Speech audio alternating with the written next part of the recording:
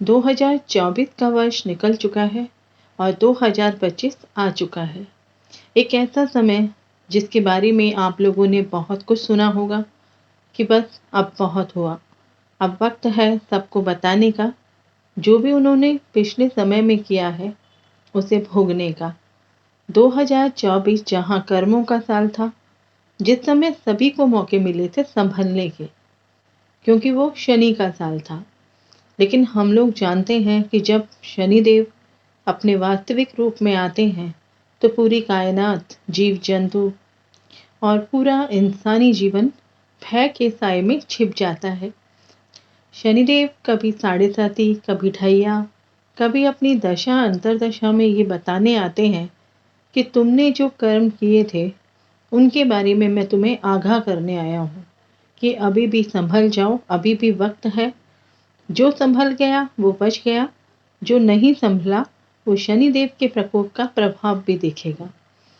2024 से ही ये एक अनजाना सा डर कहीं ना कहीं हम सभी के मन में समाया हुआ है कि अब आगे क्या देखना बाकी है। सच पूछो तो डर 2020 से पहले से ही इस दुनिया में आ चुका है। जिस तरह किसी भी घटना के होने का एहसास हमें पहले से होने लगता है, उसी तरह ईश्वर ने भी 2020 से ही ये एहसास करवाया है और उसके बाद से ही हम में से बहुत से लोग संभल गए हैं। अपने जीवन को पूरी तरह से उन्होंने बदल भी दिया है और बहुत से ट्रांसफॉर्मेशन हम सभी के जीवन में भी अभी आए हैं। जैसा कि हम लोग जानते हैं कि अभी 2025 में शनिदेव अपनी राशि परिवर्तन करके देवगुरु बृहस्पति की मीन राशि में जाने वाले हैं। इसके अलावा देवगुरु खुद भी अपनी राशि परिवर्तन करेंगे। वृषभ राशि से वो मिथुन राशि में जाने वाले हैं। राहु केतु भी अपनी राशि परिवर्तन करेंगे। वो अपनी मीन और कन्या राशि को छोड़कर अब 2025 में ही सिंह और कुंभ राशि में जाएंगे। ये 2025 का साल नॉर्मल नहीं है, सामान्य नहीं है। इस वर्ष ऐसा कुछ होने वाला है जिसकी कल्पना भी किसी ने नहीं की होगी। मैंने अपने पिछले वीडियोस में बताया है कि शनि, गुरु और राहु केतु का ट्रांजिट बहुत इंपॉर्टेंट होता है।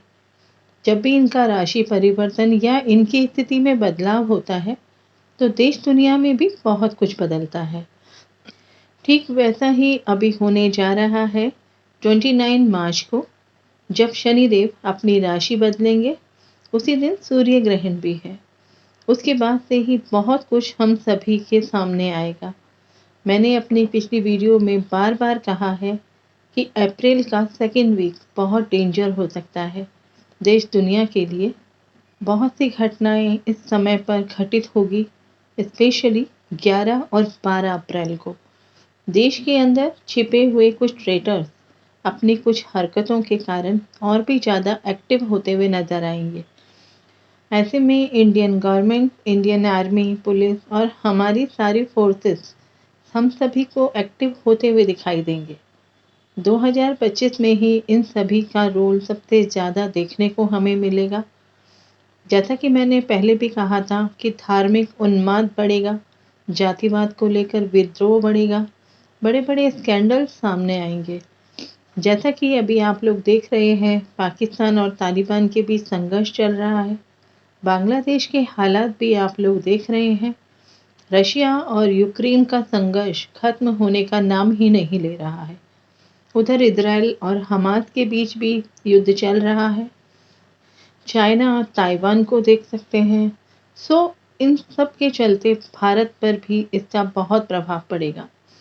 वैसे तो भारत पूरी दुनिया में अपनी शांति और सौहार्दपूर्ण व्यवहार के लिए जाना जाता है, अपनी दोस्ती के लिए जाना जाता है और सभी जानते हैं कि भारत मीडिएटर के रूप में बहुत देशों की पहली पसंद है। ऐसे में हर देश चाहेगा कि भारत उसकी तरफ से खड़ा होकर उसे सपोर्ट करे। ऐसे में सभी को ये भी मालूम है कि भारत आगे से कोई एक्शन नहीं लेता, इसलिए भारत की छवि को खराब करने की पूरी कोशिश की जाएगी। जैसा कि अभी बांग्लादेश के केस में हम लोगों ने देखा है, और वो पाकिस्तान के साथ मिलकर भारत के अगेंस्ट रणनीति तैयार करने में भी लगा हुआ है। लेकिन भारत भी अभी बिल्कुल शांत है। भारत अपनी आध्यात्मिक शक्तियों के लिए भी जाना जाता है, जहाँ हर धर्म के लोग अपने धर्म को बहुत गहराई से समझकर उनका पालन करते हैं और इसीलिए 2025 में भी ये सभी डिसिप्लिन्ड रहेंगे। परेशानी उन्हें आने वाली है जो देश के लिए ट्रेटर्स हैं और जो दूसरे देशों के साथ अपने ही अंदर, अपने ही देश में अनवांटेड कॉन्फ्लिक्ट क्रिएट करते हैं। अभी मंगल का पीरियड है 2025 का। मंगल की ही दशा देश की आने वाली है।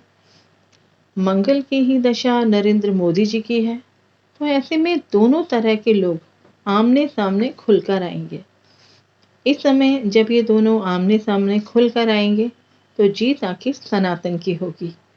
अभी आप देखिए, जुपिटर भी अतिचारी होने वाले हैं इस बार और ये जो घटना होगी वो कई दशकों में एक बार होती है। वैसे तो जुपिटर जहाँ होते हैं वहाँ के फल देते ही हैं, लेकिन अतिचारी होने से जहाँ ये होंगे वहाँ से 3 अन्य भावों में भी अपने फल देंगे। जैसे अभी मई में बृहस्पति वृषभ राशि से मिथुन राशि में जाएंगे 2 महीने के लिए। कर्क राशि में प्रवेश करने से पहले केवल 5 महीने का पीरियड में वे बहुत तेजी से आगे बढ़ेंगे। फिर दिसंबर में मिथुन राशि में वापस आ जाएंगे। इस तरह जुपिटर का ये मूवमेंट 3 राशियों के साथ साथ जो अन्य 9 राशियां हैं उन्हें भी प्रभावित करेगा। ऐसे में शनि के साथ भी जुपिटर का आस्पेक्ट बनेगा, तो जो कर्म और धर्म दोनों को लेकर एक पावरफुल इम्पैक्ट देश दुनिया में छोड़ेगा। ऐसे में जुपिटर, सैटर्न, राहु और केतु का ये जो ट्रांजिट है वो बहुत पॉजिटिव होगा उनके लिए जो सच्चाई और धर्म के रास्ते पर चलते हैं। लेकिन जो इनके अपोजिट हैं उनके लिए ये ट्रांजिट बहुत बड़ी मुसीबत बन के आएगा। 2025 में सनातन और निखर कर सामने आएगा, या कह लो सनातन का फिर से जन्म होगा और बहुत सुंदर तरीके से होगा। भारत एक आध्यात्मिक देश है, हम सभी जानते हैं। तो इस समय यानी 2025-26 की घटनाओं के कारण 2027 भारत के लिए ब्रह्मास्त्र का समय होगा जिसे पूरी दुनिया देखेगी। 2025 वैसे भी स्पिरिचुअल अवेकनिंग का ईयर है। हमारे सभी शक्तिपीठ जागृत होने को हैं और कहीं ना कहीं जागृत हो चुके हैं। आप देखिए कितनी ही जगह शिव मंदिर मिल रहे हैं, कितनी ही जगह शिवलिंग के रूप में महादेव प्रकट हो रहे हैं। ये सामान्य बात नहीं है और इस तरह बार बार शिव का मिलना, शिव मंदिर का मिलना किसी शक्ति के आने का संकेत है। अब शक्तिपीठ जागृत हो गए हैं, अभी भी समय है, संभल जाओ। आशा करती हूँ ये छोटा सा वीडियो आपको ज़रूर पसंद आया होगा, तो इसे लाइक करें, शेयर करें और चैनल को सब्सक्राइब करना ना भूलें। मिलते हैं ऐसे ही एक और इंटरेस्टिंग जानकारी के साथ। तब तक अपना और अपने परिवार का ख्याल रखें, सुरक्षित रहें। जय हिंद, जय भारत।